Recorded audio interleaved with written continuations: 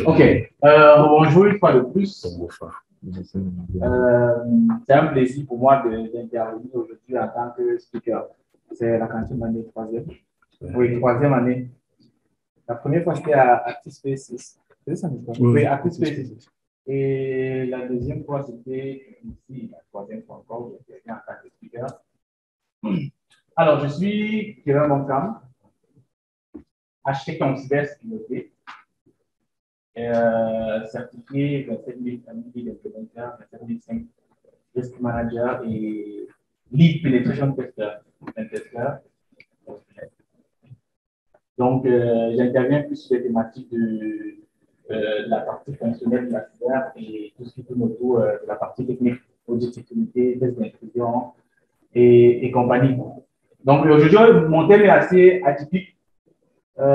Il touche beaucoup, il touche une partie purement technique, la partie Black Hat, parce que je me suis dit, bah voilà, en plus des thèmes qui tournent autour de la partie organisationnelle et fonctionnelle, quand c'est un peu technique, ça va être aussi intéressant. Et pour le faire naturellement, on va utiliser un USB. Et ce qui est trouvé au mieux, c'est l'USB en bas d'équipe. Et pour rendre ça un peu plus user-friendly, on va écrire des petits scripts comme ça pour compromettre un ordinateur à distance. D'où le thème Black Hat Experience, hacking using USB Robot Key Scripting. On va donc. C'est bon, je peux avancer. Oui.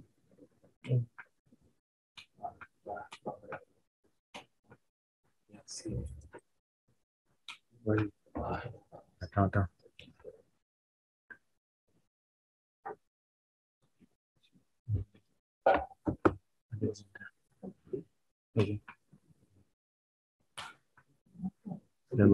Alors, on aura naturellement une introduction.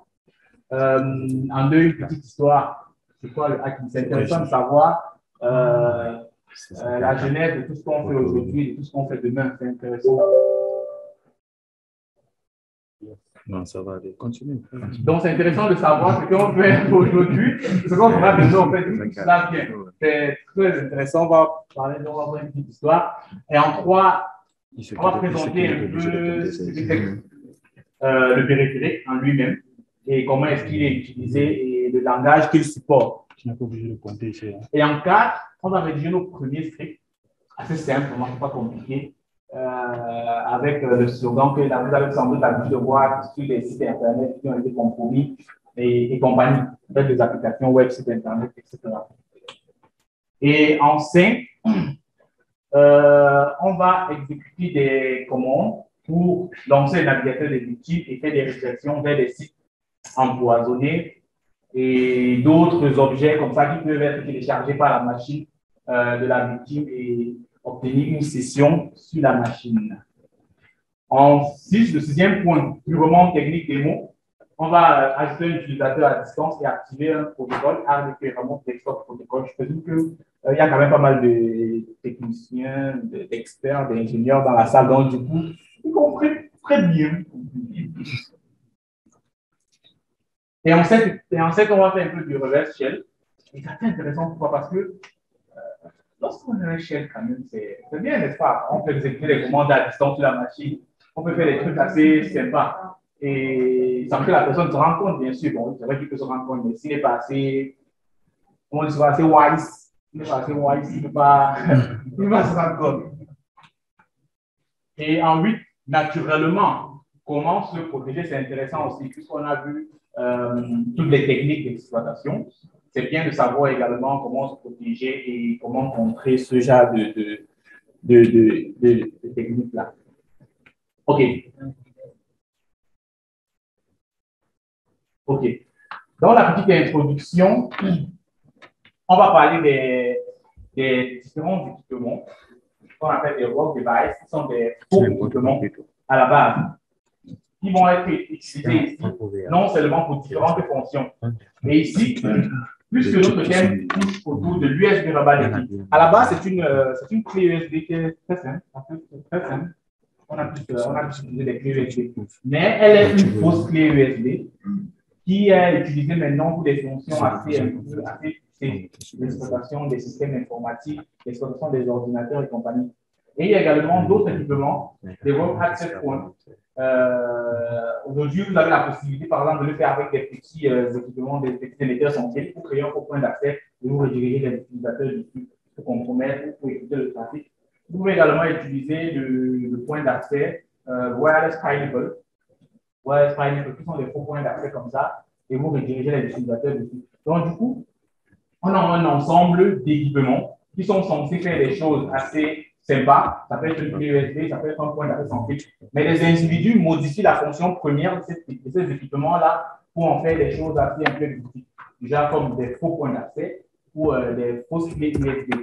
Et dans le cadre de la présentation, on va plus s'attarder sur la partie USB. Maintenant, pour ce qui est Road Access Point, vous pouvez mettre le lien en documentation, vous pouvez consulter pour vos recherches. Alors,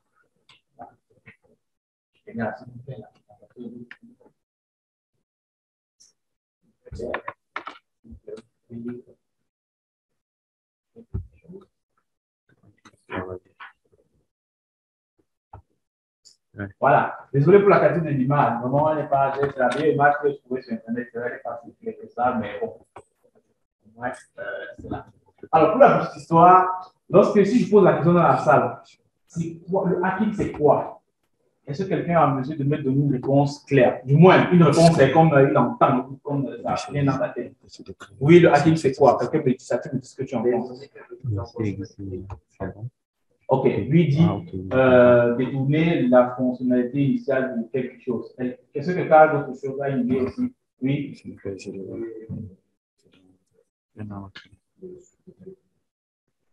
Trouver un moyen d'accéder à quelque chose qui est censé être inaccessible. Ok, c'est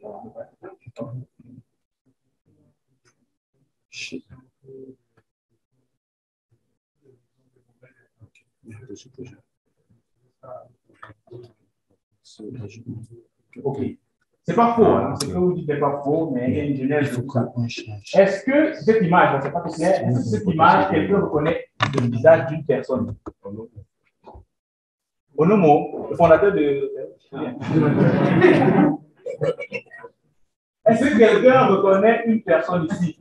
Je vais prendre, moi je pense au hasard. C'est comme les cours de mathématiques où on te tape des équations au tableau, je vais choisir un mec comme ça qui n'a pas de. Est-ce qu'il y a une personne qui est où? Ok, c'est ça aussi. Et c'est qui?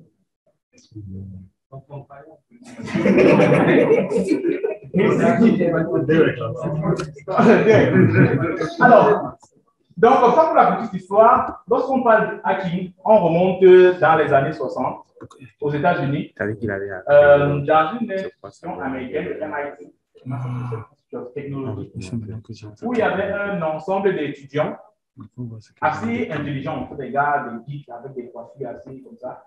Et les gars s'amusaient à faire quelque chose. Et dans cette institution, il y avait un club, le club existe toujours d'ailleurs, sous un autre nom. Ce club s'appelait le CCC. Le CCC de. Le savon. Non, pas le savon. Le CCC, au fait, c'est le Chaos Computing Club. C'était un club de geeks. Un club de geeks où il y avait des gars très forts en électronique, en programmation, bref, tout ce qui touche aux technologies de l'information. Au fait, dans ce club, ce que les gars faisaient, c'est qu'ils réussissaient à modifier les fonctions premières de certains équipements pour en faire autre chose. Donc, en gros, vous avez des mecs, par exemple, qui utilisent un grille-pain pour capter des images de télévision, ou ils utilisent un grille-pain pour, par exemple, passer des appels. En fait, c'est ça. Oui, je disais, si on parvient à changer la fonction de quelque chose pour en faire autre chose, c'est du hacking. C'est d'où le mot, en fait. Le mot hacking vient du CCC, dans le MIT. En fait, ils se sont dit, c'est intéressant de faire ça. Et ils avaient comme ça des expériences qu'ils faisaient au quotidien. OK. L'idéal, c'était en fait de contourner les mesures de sécurité. OK. À la base, on n'avait pas ce mindset-là, on n'avait pas cette compréhension de la chose. L'objectif, c'était de dire que si on a, par exemple, un grille-pain, je prends ça comme ça, et qu'on réussit à en faire autre chose, parce qu'on sait que le grille-pain, à la base, c'est pour réchauffer le temps, à la base, c'est pour ça. Et à la base, on réussit, par exemple, à avoir des images canal de champ graphique. C'est assez intéressant. Ils ont donc dit, OK, on va donc appeler ça hacking. C'est ça, le hacking à la base, c'est modifier la fonction première de quelque chose pour en faire autre chose. C'est ça. Maintenant, lorsqu'on sommes dans les années 70-80, pour ceux qui ont fait un peu de télécommunication, les ingénieurs, les télécoms, ils vont se rendre compte qu'à l'époque, on communiquait de façon analogique avec les réseaux RTC, réseaux téléphoniques commutés. Donc, du coup, vous avez quoi? Vous avez votre combiné téléphonique, vous composez le numéro de quelqu'un, et il y a une femme qui se trouve au niveau du commutateur, c'est qu'elle débranche votre ligne, et si vous appelez à Douala, elle débranche la ligne de Douala, elle branche le truc de Yaoundé, et c'est comme ça que la communication était établie entre les deux entités. C'était ça. Maintenant, en 70, 80, il y a ce monsieur-ci qu'on appelle John Draper. John Draper, lui, il est un ingénieur en télécommunications et en système électronique. Ce qu'il s'est dit, c'est quoi? C'est que, puisque quoi, tous ceux qui ont fait de télécom, ils vont très comprendre ça. Quoi, lorsque vous appelez un individu de façon analogique sur le réseau analogique, ce qui se passe, c'est que lorsque vous prenez le combiné téléphonique, vous envoyez de la voix dans la ligne RTC, vous envoyez un signal de 60 Hz. C'est ça qui établit la scission entre les deux individus. Il s'est dit, mais si je réussis à reproduire la même tonalité, est-ce que je ne peux pas passer les appels gratuits? Et aux États-Unis, il y avait une célèbre société qui fabriquait ce qu'on appelle des boîtes de céréales. Aujourd'hui, on appelle ça les cornflakes. C'est un peu comme dans les boîtes de cornflakes pour le petit déjeuner pour les enfants. Là. Oui, il y a des adultes qui consomment aussi ça. Donc, ils avaient ça en fait, des boîtes comme ça. Et dans ces boîtes-là, on appelle ça la boîte de céréales là. Le nom, c'est quoi? Quelqu'un vous connaît? Non. Non, c'est pas l'esprit. Dans cette boîte de céréales, non, pas avec elle. Dans cette boîte de céréales, il y a en fait un sifflet. Là, quand vous achetez la boîte, et que vous finissez de donner le déjeuner à vos enfants, il y avait le petit sifflet là, au fait, que vous pouvez donner également aux enfants pour qu'ils puissent s'amuser avec. OK. Est-ce que vous avez dit? Non. En fait, les boîtes, c'était quoi? Les Capitaine Crunch. C'était des Crunch. C'est ça le nom. Capitaine Crunch. Donc, dans cette même boîte, il y avait ce sifflet. Lui, qu'est-ce qu'il a fait? John Draper, vraiment, vous allez voir sur Internet, on dit John Draper alias Capitaine Crunch. Lui, il a fait quoi? Il a pris dans ce sifflet reproduisait la même tonalité de 60 Hz. Et avec ce sifflet, il était en mesure de passer des appels gratuitement. OK, entre deux individus. Le système était assez archaïque et un peu tordu. Et du coup, c'est lorsque, dans la même année, celui-ci intervient. Kevin Mitnick, dans la même lancée, Kevin Mitnick intervient. Kevin Mitnick, en fait, lui, c'était le maître de social engineering. Lui piratait tout le monde avec l'ingénierie sociale. C'était ce qu'il faisait au mieux. Et lorsque Kevin Mitnick raconte celui-ci, vous savez qui c'est? Steve Wozniak. Steve Wozniak, en fait, lui, c'est le collaborateur de Steve Jobs. Lui, il est très fort en électronique. Donc, c'est lui qui fabriquait tout ce qui est Apple One, premier ordinateur. Apple, tout ça. C'est lui qui fait tout ça. Et Steve Jobs, lui, dans le centre de négociation des affaires, c'était lui qui disait.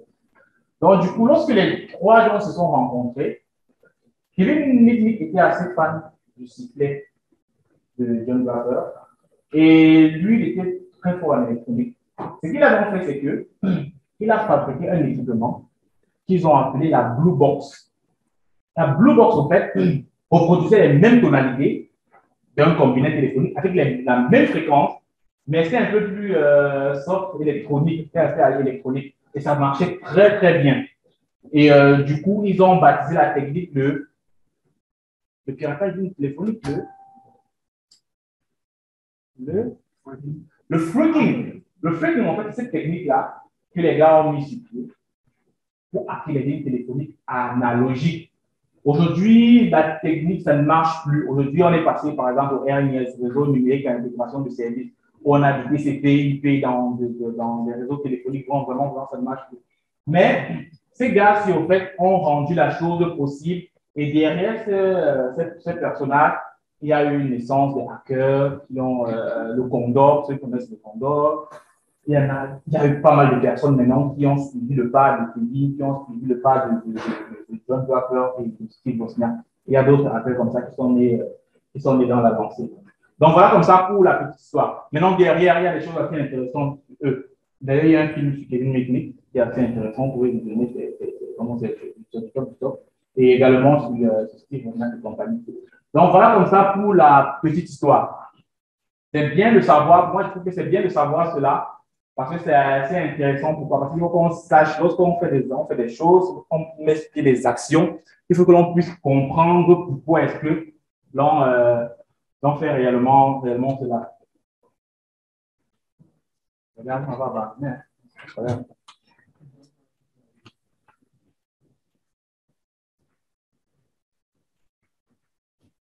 Donc, pour la petite histoire, tu dis. Ma machine. Oui. OK. L'USB Robot de qui c'est quoi? C'est une clé USB de façon naturelle, assez native. Elle a été créée par la société américaine Hack5, qui fait vraiment assez des trucs très intéressants côté sécurité, défensive et offensive. Vraiment, ils font du top. Ils font du top, c'est ça le logo. En fait, cette clé USB se comporte comme un clavier lorsqu'elle est connectée à une machine et exécute des touches de clavier. OK? Donc, en gros, c'est comme si vous avez un individu qui est connecté de façon physique sur votre ordinateur et qui exécute des touches de clavier. Donc, c'est assez intéressant. Du coup, si vous comprenez très vite que si une clé USB est en mesure de faire ça, il suffit juste qu'on programme correctement la clé et elle va se comporter comme un être humain derrière, exécuter des commandes PowerShell, bref, faire un tas de choses en ligne de commande. OK. Et cette clé, en fait, se comporte comme un humain, comme vous êtes encore en amont, en entrant des données sous forme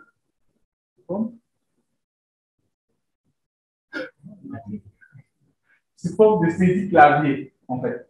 Et voici le logo. Et pour ceux qui sont intéressés, ils peuvent directement aller sur le site Hack5 pour voir un peu tout ce qu'ils fabriquent au quotidien. Ils font des trucs vraiment très, très, très, très intéressants. Alors, l'USB Robot de qui elle ressemble à ça. Ça. En fait, uniquement, c'est typique, c'est une clé USB. Déjà, on a une micro SD on a une micro SD qu'on peut insérer ici. On a le boulon, il y a un petit boulon ici, le boulon de clé.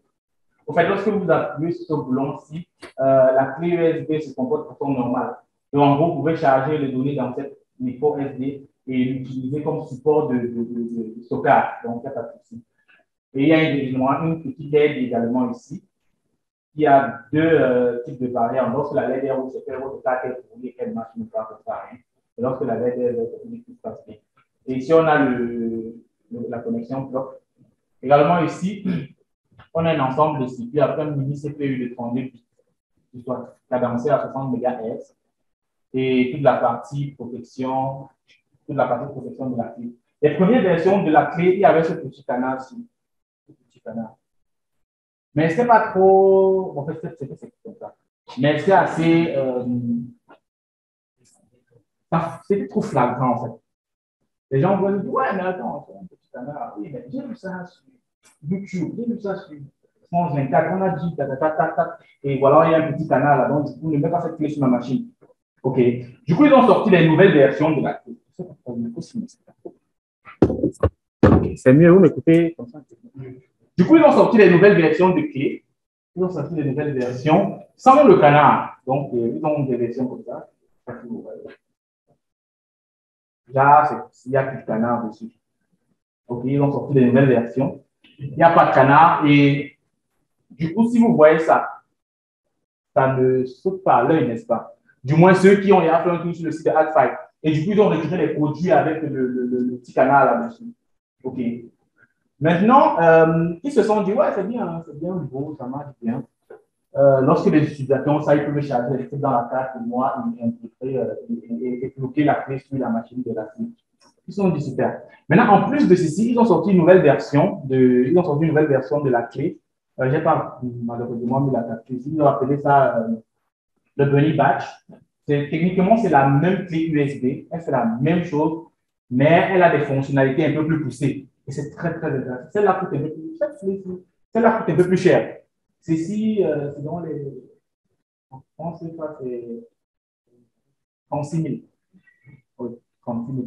Et l'autre doit être dans les. Peut-être 36 ou 25 000. Et l'autre doit être dans les. Peut-être 40. Mais techniquement, c'est le même langage de script que les clés comprennent. Donc, c'est juste que ceci est moins utilisé que l'autre.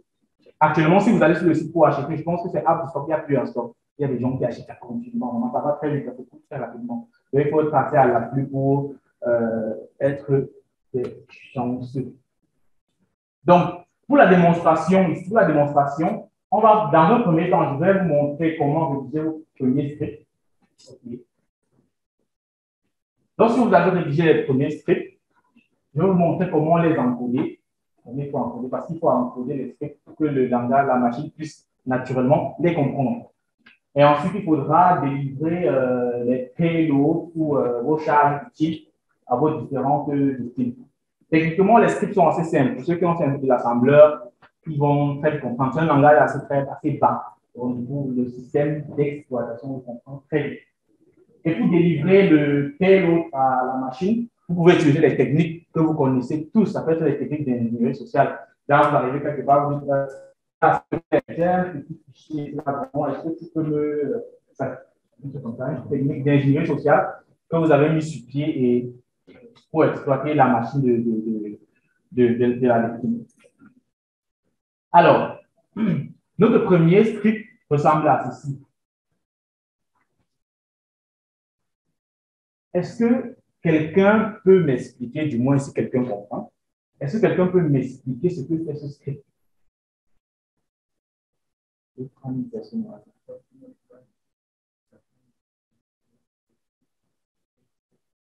Ce script, c'est quoi? Je sais que c'est un moment, ça se comprend très bien. Que fait ce script? Question pour un champion. Alors, le script est simple. Ici, le langage de qui code ici, quoi? Le REM. REM. C'est en fait, ceux qui font un peu de programmation, il y a des commentaires. Des fois, c'est le dièse, des fois, c'est //. OK, en PHP, c'est //. Ceux qui font le Python, c'est dièse, n'est-ce pas? OK, ici, c'est REM. REM, c'est un commentaire. Notre premier script. Tout le bazar. Et ensuite, à la troisième, on dit quoi? On ouvre notre patte et on écrit tout ce qui est en dessous. Maintenant, puisqu'on a dit que la clé a un mini-processeur de 32 bits qui est cadencé à 60 MHz, lorsqu'on insère la clé au niveau du port USB, on va mettre une petite pause d'une seconde. Ensuite, lorsqu'on met la clé en pause, on charge tout le contenu qui suit dans le support. Qu'est-ce qu'on fait? On fait GUR. GUR, c'est la commande, pour ceux qui sont à l'aise avec le raccourci clavier, c'est quoi? C'est menu démarrer R. Menu démarrer R, vous ouvre quoi? Le volant exécuter. OK. Lorsque vous dites menu démarrer R, on met la clé en pause. On met la clé en pause. Ensuite, lorsqu'on fait menu démarrer R, le système attend que vous saisissiez quelque chose, n'est-ce pas? On fait string. Et on se dit notepad.x. Lorsque vous validez ça, c'est un peu comme si vous prenez votre souris, lorsque vous l'écrivez, la chose fait entrer. Naturellement, vous savez votre script fait entrer. OK? Ce qui se passe, c'est que notre page s'ouvre et il y a un process qui est dans le task key, n'est-ce pas? Dans les tâches. Et lorsque notre page est ouvert, vous demandez d'écrire, vous avez été actif. C'est un script simple. Très simple. C'est gentil, pour faire gentil. Il ne fait rien de mauvais. OK, il ne fait rien de mauvais. Donc, on a un temps d'attente de 10 secondes, ensuite 4 menus démarrer R. On saisit notre pad, et lorsque notre pad s'ouvre, on lance. Donc, on va un peu pratiquer ça.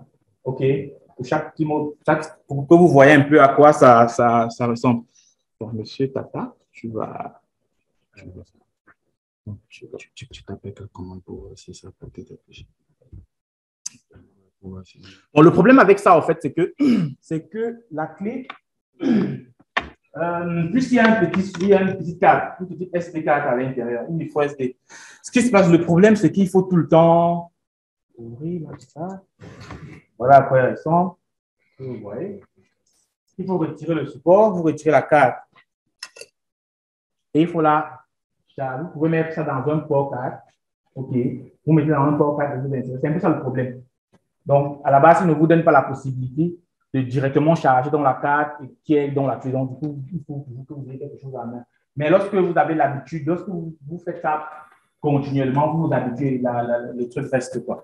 Donc, ce que je vais faire, c'est que je vais mettre la micro SD dans ce port. Et quand vous achetez, ils vous vendent avec ça, ils vous vendent avec micro SD, ils vous vendent avec un petit port 4 comme ça. C'est une carte de 128 mégas. Donc, elle n'atteint même pas 1 giga. Et du coup, ce qui est bien avec ça, c'est que ce qui est mauvais, ce que je veux dire, c'est que si vous mettez une carte qui est bizarre, ça ne marche pas. En fait, c'est comme si c'est un business model assez super derrière. Genre, si vous égarez votre carte, tant pis. OK. On a fait un ATD. On a fait un ATD et nous sommes positionnés à la barre d'adresse. Dans la barre d'adresse, on fait un string. On se dit quoi? On se dit l'URL de navigation. Et on valide dessus, entrée. Et enfin, on clôture le script avec F11. Là, ça marche. Ça marche, ouais, ça marche, ça marche. Mais est-ce que c'est intéressant, en fait, d'ouvrir une URL sur la machine de la machine? Est-ce que c'est intéressant, en fait? C'est quoi? On fait ça, on s'en fout, n'est-ce pas? Est-ce que c'est intéressant? Ça sert à quoi, même? Qui peut, qui peut, qui peut nous dire ce que l'on peut écrire dans le script pour rendre l'attaque plus jouissive? Oui, c'est un scénario. Qu'est-ce qu'on peut faire? On peut écrire dans le script pour rendre la technique plus. Voilà. Oui. Copier des fichiers, des dossiers, nous envoyer ça.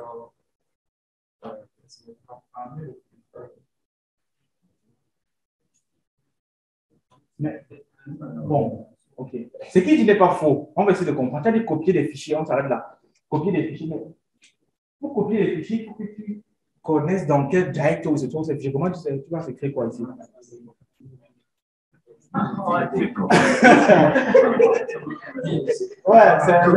Comment est-ce que tu fais? Donnez-moi la commande Windows. Contrôle plus C. Contrôle plus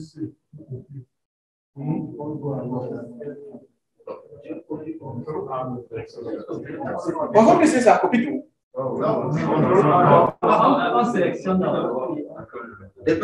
Mais le problème, c'est que tu ne sais pas dans quel répertoire. Si tu copies les fils, ça te sert à quoi?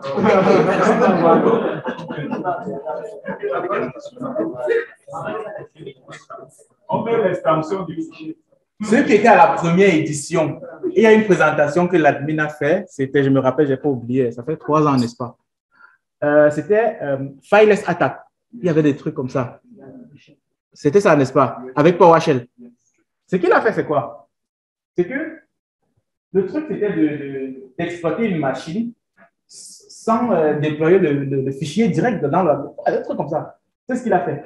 Donc, du coup, ce qui est intéressant, c'est que dans le string, on peut mettre une URL, par exemple, qui redirige vers un fichier qui va être installé dans la machine du client et avoir peut-être un reverse shell. Admin, c'était un peu ça, si je ne me trompe pas, parce que c'était ça, n'est-ce pas? Il y a 3 ans. Ah, il y a 3 ans, vous étiez à court. Donc, voilà un peu comment le script va se comporter. OK. Donc, si on essaie un peu de pratiquer tout ça, si vous êtes d'accord, on essaie un peu de pratiquer, on voit comment, en grandeur nature, comment ça marche. Alors, donc, je vais faire quoi? Je déconnecte la clé, je retire le support et je l'insère dans notre petit port 4.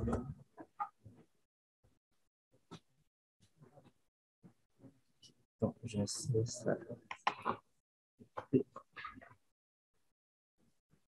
Donc, partager l'écran. Partager tout l'écran.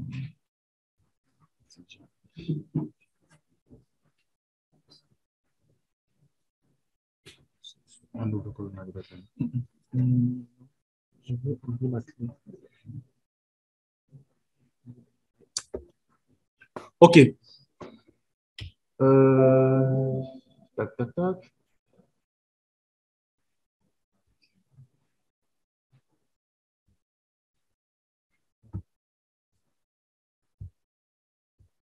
OK. Le script, j'ai préparé les scripts ne pas, qu'on on ne puisse pas perdre le temps. OK, le script, le voici ici. Et naturellement, il va falloir l'encoder. Il va falloir l'encoder et pour le faire, on va revenir à notre petit... Ouais, c'est ce que je vais faire. On va revenir ici. Quelle adresse? Oui, je peux changer l'adresse. Je peux mettre n'importe quoi. Si tu as ton site, on peut mettre là-bas. Il n'y a pas de souci. Ça marche toujours. Bon. Non, on va mettre vraiment. Il n'y a pas de souci. Il n'y a pas de souci. Il n'y a rien. C'est pas un truc qui a été... Tu mets ce que tu veux, ça marche. Il n'y a pas de souci. Donc, on va encoder le truc.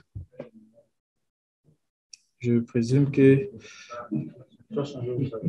Oui. La machine, il y a les profils sur le navigateur. Là, s'il y a des profils, là, s'il n'y a pas un profil. On va l'envoyer essayer. S'il y a un profil. Et un profil. Ouais. OK, donc je peux laisser comme ça. On a le même chemin, n'est-ce pas? Le chemin là, c'est C, Programme File Chrome, c'est le chemin de... OK, on va laisser comme ça. Ça ne marche pas, bon, tant pis. OK, on va encoder le truc. On télécharge le binaire. OK, on a tous ce même problème là. Il faut CTRL G. OK. Bon, je viens dans... Moi, je préfère la méthode ici, c'est plus facile. OK, je copie le bin. C'est comme Mr. Bean, n'est-ce pas? OK, je colle ça. Je supprime l'ancien, c'est intéressant, il faut supprimer. Et je colle ça là. OK, maintenant, ce que je vais faire, c'est que je charge ces histoires dans la clé.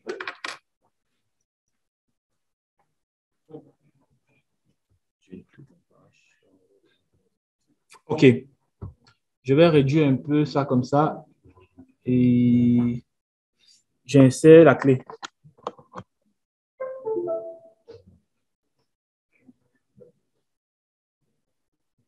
OK.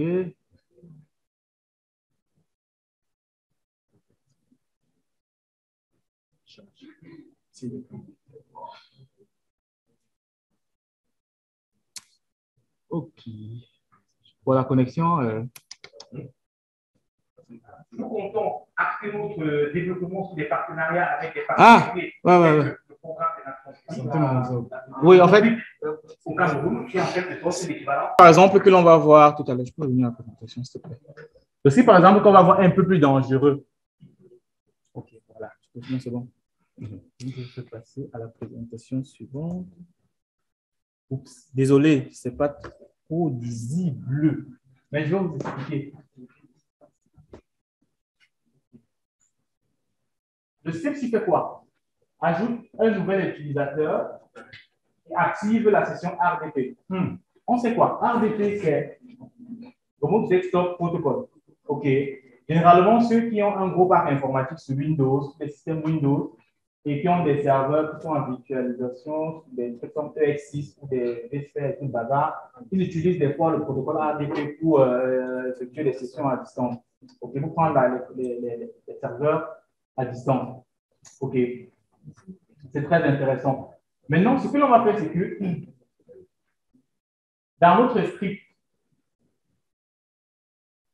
on met en... Ici, ce qui est intéressant, c'est que je vais laisser quand même le temps un peu plus important pour voir ce qui va se passer derrière. C'est super important. Or, lorsque l'on fait Windows R, on ouvre le menu exécuté, on tape la commande, cette commande PowerShell. Cette commande PowerShell dit quoi? Exécute CMD en mode administrateur. OK. Parce que la commande, pour ajouter un utilisateur, il faut avoir certains privilèges sur le système, n'est-ce pas? OK. C'est cette commande PowerShell ici qui va nous être très, très utile. Et lorsqu'on fait ça, on saisit entrée. On va aller entrer. OK. Lorsque Windows, quand vous voulez, quand vous entrez une commande en mode admin, on vous pose une petite question, il y a une boîte de dialogue, yes or no. Ce qui se passe dans le script, c'est qu'on va dire, on fait left. Left va basculer vers oui. OK, parce que ça ne sert à rien de dire qu'on exécute en ligne, ne fait pas. On dit, bah voilà, il faut entrer admin. On va c'est pas important. Donc, lorsqu'on fait left, vous déplacez. C'est comme si vous utilisez la touche, pour ceux qui ont joué, qui jouent au foot ou au King of Fighters, le clavier qu'on peut faire. Donc, vous faites left et ensuite vous faites entrer. OK, vous dites oui, j'accepte le truc et je valide. Ensuite, ce que l'on va faire, c'est que lorsqu'on est dans l'invite de commande en tant qu'admin, OK, lorsqu'on est dans l'invite en tant qu'admin, on dit ajoute un utilisateur qui va s'appeler Evil, avec le mot de passe. Ça. OK. On met la clé en pause, on valide entrer. OK. On dit quoi? Dans la même syntaxe, ajoute le compte cible au groupe des utilisateurs admin. On valide entrée et ensuite on sort. Parce qu'il faut sortir, ça ne sert à rien si le mec vient se rendre compte que vous avez, ça sert à rien. Donc on sort. OK. Maintenant, ce qu'on va faire, c'est qu'on a ajouté un utilisateur qui est admin et qui appartient au groupe des administrateurs. Ce qu'on va faire ici, c'est qu'on dit relance Windows R, exécute la commande PowerShell ou exécute la commande PowerShell. Vous avez vu que cette fois-ci, il n'y a plus CMD. Exécute la commande PowerShell en mode admin. OK. Et exécute la syntaxe aussi. C'est une syntaxe autant pour moi qui va aller écrire dans le registre Windows et aller activer le protocole ADP directement dans le registre Windows. Pourquoi est-ce que c'est bien d'activer ça dans le registre?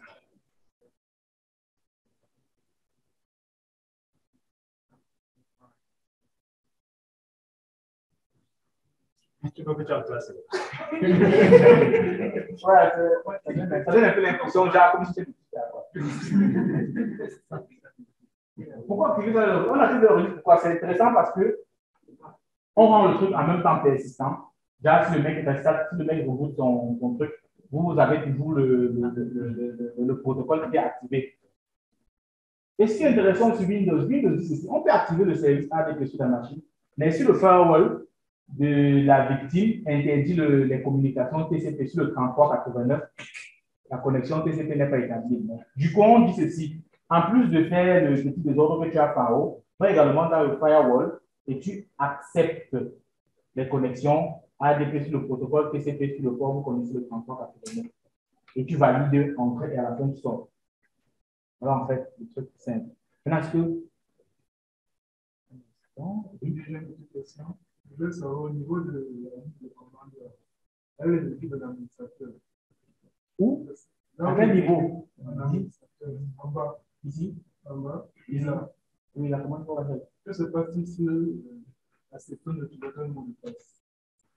La session de l'utilisateur mot de passe. Le mot de passe, le compte a été créé en haut. OK. OK. Donc, en fait, ce qui va se passer, donc, il autorise le firewall à établir les sessions sur le protocole TCP sur le port 3389. Pourquoi est-ce que c'est intéressant de faire ça? C'est intéressant, pourquoi? Parce que si vous avez créé un utilisateur sur la machine de votre victime et vous avez activé la session à distance, ce que vous faites, c'est quoi en fait? Vous rentrez à la maison, vous faites un R desktop ou, je ne sais pas, vous utilisez n'importe quel client RDP et vous vous connectez avec les différents credentials. Mais il y a quelque chose que j'ai oublié. Si vous exécutez le script comme ça, vous allez vous faire pincer. Pourquoi? Parce que lorsque vous exécutez le RDP, ça s'affiche sur l'utilisateur. En fait, du moins, on dit qu'il y a un utilisateur qui est déjà. OK. Du coup, qu'est-ce qu'on peut faire dans le système? On rajoute quoi? On peut rajouter une commande pour se cacher, en fait. Ce qu'on peut faire, c'est qu'on rajoute une autre commande qui va autoriser.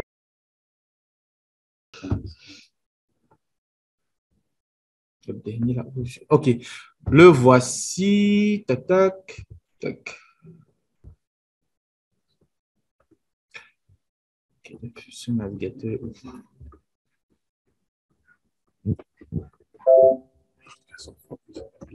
OK. Voici le navigateur. Non, c'est le navigateur ici, il a été tué. OK. Donc, on va coller notre script ici. On va l'encoder. C'est simple, comme on a fait avec les autres. On va télécharger le binaire. Il est déjà téléchargé. ces fenêtres ici.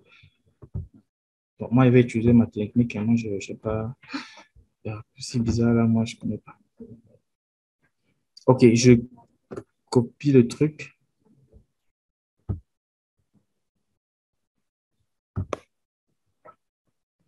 Je sens que ça va être temps, hein. Ça va être temps. Ok, maintenant, ce que je fais, c'est que je place le truc dans la clé. Affiche un peu le bureau, s'il te plaît. Je place le truc dans la clé et je connecte la clé. J'espère que ça va marcher. Hein, vraiment. Ok, là, c'est bon. Ok. Tu peux afficher encore le bureau, là, s'il te plaît. Ok, on va voir.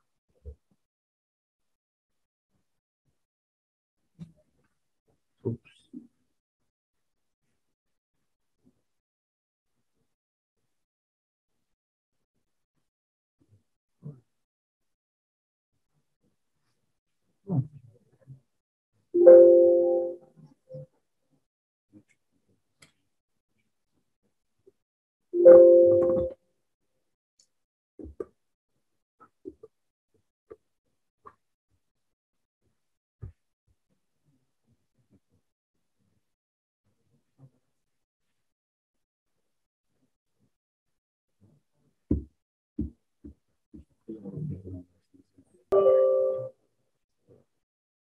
Ok.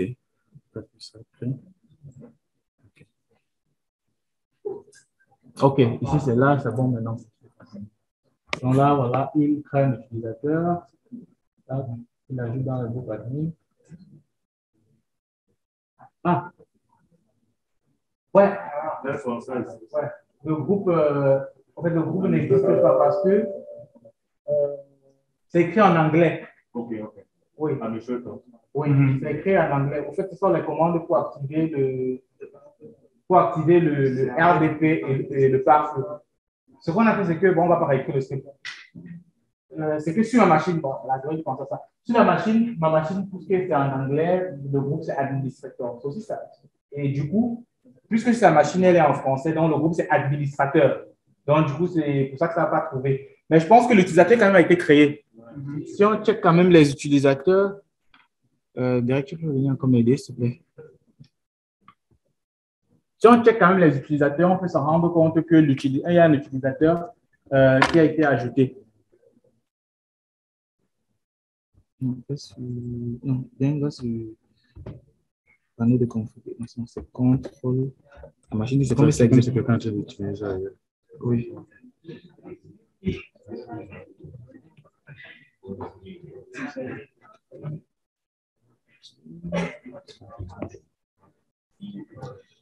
Compte utilisateur. J'ai. Ok, est-ce qu'on peut basculer un peu l'écran, c'est comme ça? Oui, on a fini. Oui, on a fini, c'est là, ça fait.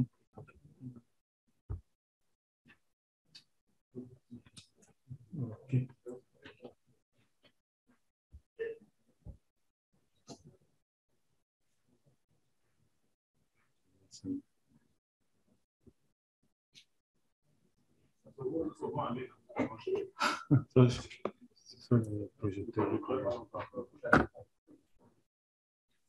Voilà. Donc voilà l'utilisateur qui est créé.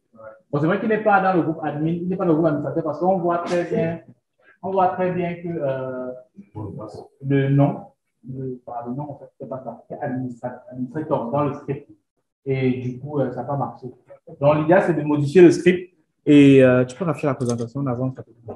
L'idée, c'est de modifier le script et de mettre administrateur. Donc, du coup, c'est aussi intéressant. Pourquoi? Parce que ce sont des informations que vous avez besoin de savoir. Donc, avec un peu de social engineering, un peu d'ingénierie sociale, vous pouvez avoir ces informations-là. C'est pour ça que dans les premières phases d'un test d'intrusion, vous dites que c'est la phase information building est très importante. Ça vous permet de recueillir ce genre d'informations. Sinon, vous allez carrément vous heurter.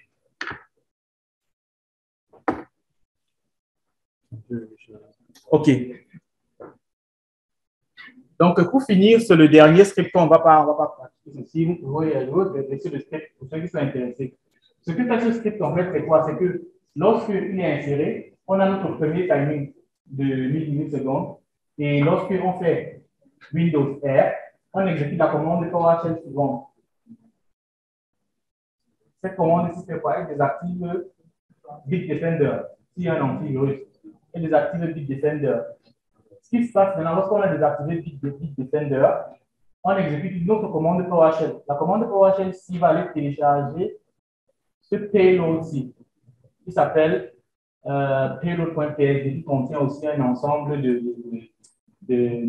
un ensemble de scripts assez malveillants. Et sur la machine de l'attaquant, vous allez lancer peut-être un net4 en écoute.